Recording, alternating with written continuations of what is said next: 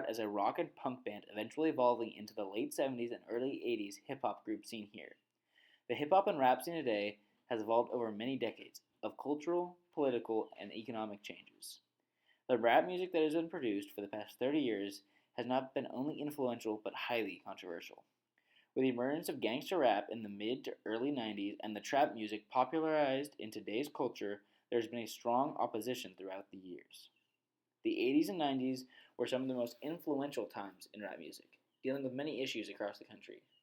Problems such as institutionalized, intercultural, and interpersonal racism.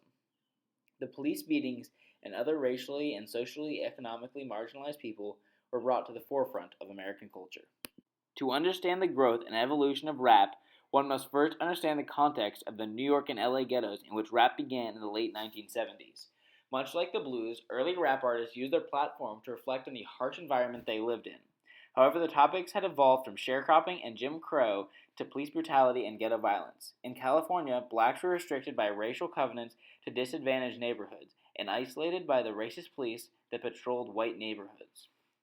This arduous relationship with police led to the gangster rap that not only reflected their conditions, but also advocated violence against police and politicians. Not only did it lead to violent music, but gangs like the Bloods and the Crips developed out of LA ghettos in the 1960s and 70s. These gangs, which many rappers are actively a part of, have been involved in drug trafficking, gang warfare, and every other crime imaginable. The LA Blood-Crip feud alone has claimed over 15,000 lives. This violence and poverty has largely been ignored until the emergence of rap as a mainstream music. Although rap did little beyond raising awareness for issues like police brutality, that awareness was crucial to later events like the LA riots in 1992. Police out of shape, and when I finish, bring the yellow tape to take off the scene of the slaughter. Still getting swole up bread and water. I don't know if they fags or what. Search a nigga down and grabbing his nuts, and on the other hand, without a gun they can't get none. But don't let it be a black and a white one, cause they'll slam you down to the street top. Black police showing out for the white cop. Ice Cube will swarm on any motherfucker in a blue uniform. Rap was criticized for being excessively vulgar and glorifying the life of crime and drug abuse. NWA, being the first mainstream gangster rap group, bore the brunt of this criticism. In 1989, the Federal Bureau of Investigation sent a letter to NWA attempting to censor their song, F the Police. It was highly publicized, and along with other attempts at censorship, became a national debate between free speech and public censorship. A white nationalist, David Duke, summed up many of Americans' feelings towards rap, saying it excited black criminality and thuggery. From a less extreme point of view, Bill O'Reilly accuses rap of corrupting the nation's children and giving inner-city kids poor role models. This gangster rap music also increased conflicts between the black community and police. Tensions between police and ghettos came to a height in 1992.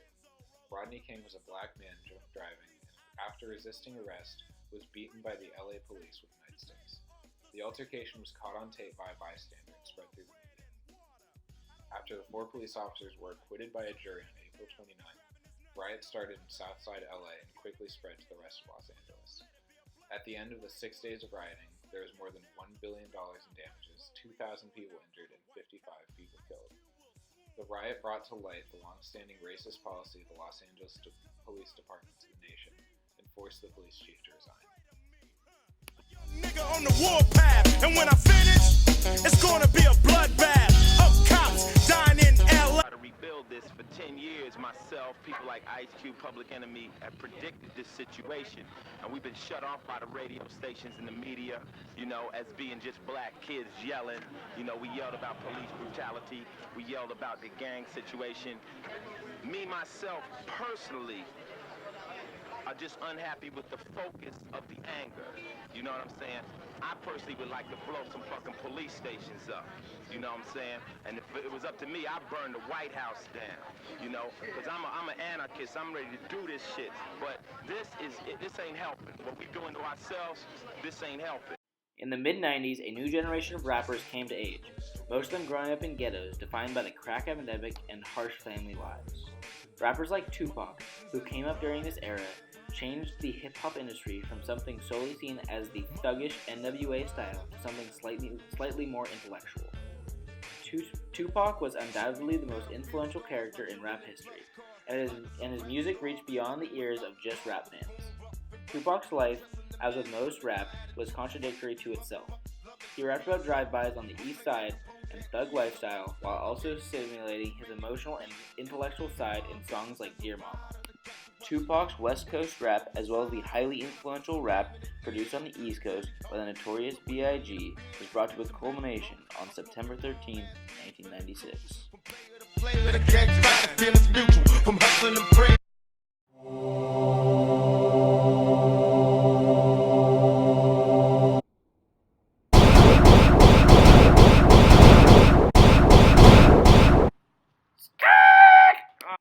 This spark ignited fights across the nation as Biggie, Suge Knight, and the government were all suspects in the death of Tupac Shakur. This major event in rap history brought down much of the East Coast, West Coast rivalries that had been happening for the past 10 years, now giving way to the mid and late 90s rap dominated by many rappers from across the United States. As well, we see many rappers coming out of Atlanta, Georgia, and the southern regions. Also, more artists from New York and the West Coast California area. Rappers like Snoop Dogg and Dr. Dre were some of the largest West Coast rappers of the time, as well as Wu-Tang Clan coming out of New York, and other rappers such as Nas brought the rap game to a far more goal-oriented culture instead of a rivalry. This meant that many of the black youth, mainly males, had a hope to end the perpetual poverty that they had been in for many generations. At the turn of the century, the rap game took a major turn. We see a far more commercialized and universal industry created out of this poetic music. One of the largest points around this time was a rapper named Eminem, who shared outstanding similarities with the 1950s Elvis Presley. The 1950s saw a time of cultural revolution in the form of rock and roll. This is a time when music shaped not only a generation, but a culture and a lifestyle. The rock revolution was originally an African-American genre, similar to rap music, but was later adapted and soon taken over by the white population. Elvis Presley was the first major white rock artist, just like Eminem, and as the first major white rapper. Elvis was at first being criticized by the old generation for his vulgar and sexualized lyrics and motions, but was loved and adored by the teenagers at the time. This was very similar to the early rappers for their vulgar lyrics and extremely profane music videos.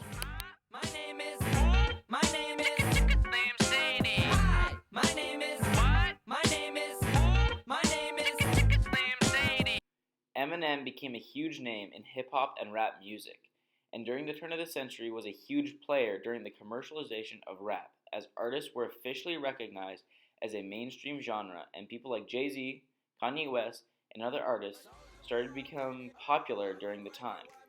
But as this happened, an even stronger opposition to the music took hold. Major politicians, leaders, and figures took stands against rap, but as the industry grew, so did the money behind it. People like Dr. Dre were one of the first rappers to have upbringings in places like South Central LA and harsh neighborhoods and find a way to persevere and thrive, even under the institutionalized oppression much of the country had placed upon the black youth. Beats by Dre was one of the most successful ventures that rap artists have seen today.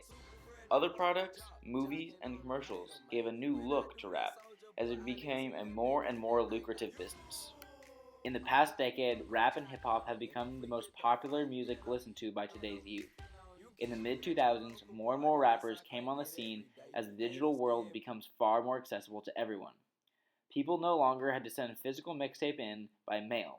This meant that millions of kids and young adults tried their hand at becoming the next big rap star. But not only the most motivated and the best rise to the top. People like Kendrick Lamar, J. Cole, Drake, and many others took the throne on the hip-hop industry during this time. But their music was far less recognizable to the music scene in the 80s and 90s. The founders of rap would barely recognize the music in the mid and to late 2000s, as the genre had become geared far more towards a radio audience in order to sell more records. This did increase the sales of rap music, but took away much of the roots that it was founded upon. Just as a political swing would, the more tame music meant a huge swing on the other side of the spectrum to a new genre called trap. This was not a new concept, as rappers dating back to the 90s referred to their music as such. Trap meaning their music had roots in a trap house, common slang to refer to where drugs were made and sold. Groups like Outkast saw themselves as trap artists because of the heavy drug references, but not up until the 2010s did it take a far more aggressive turn.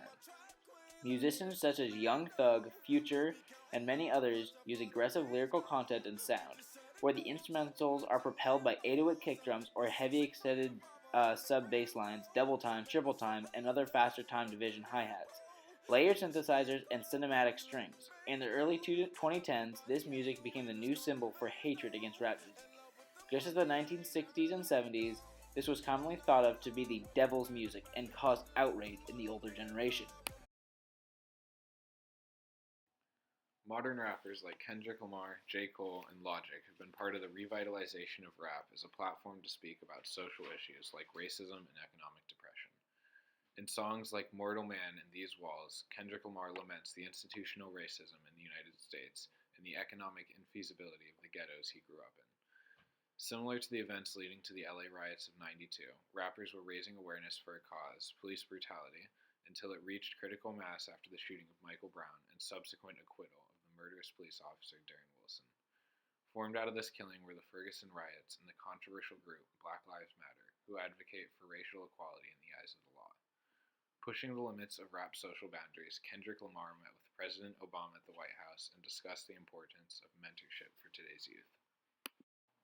Over the last 30 years, hip-hop has had an enormous impact on the culture of the United States through its social, economic, and political impacts. Its social impacts have been movements like Black Lives Matter and bringing black issues, once largely ignored, to the spotlight of American problems. Economically, rap allowed a group of people once entirely disadvantaged to achieve monetary success through music. The most successful of these artists, like DJ Khaled and Dr. Dre, were able to diversify their investments into other products and also give back to the communities they came from. Politically, rap encouraged the black community to resist against the oppressive forces of racism and classism, seen in the LA riots of 1992 and the Ferguson riots. All of these events and more are still not enough to be considered a part of our recent history, as most high school textbooks do not even mention the effect of the LA riots and other major cultural / hip-hop and rap events. We hope, just as millions have for many years, to bring the plight and struggle of so many marginalized individuals, mainly black children, to the forefront of discussion and education, because history is everything around us. Even today, we make history, and we make choices, and those choices can mean the difference in equality for all Americans or the continuation of oppression across our great nation.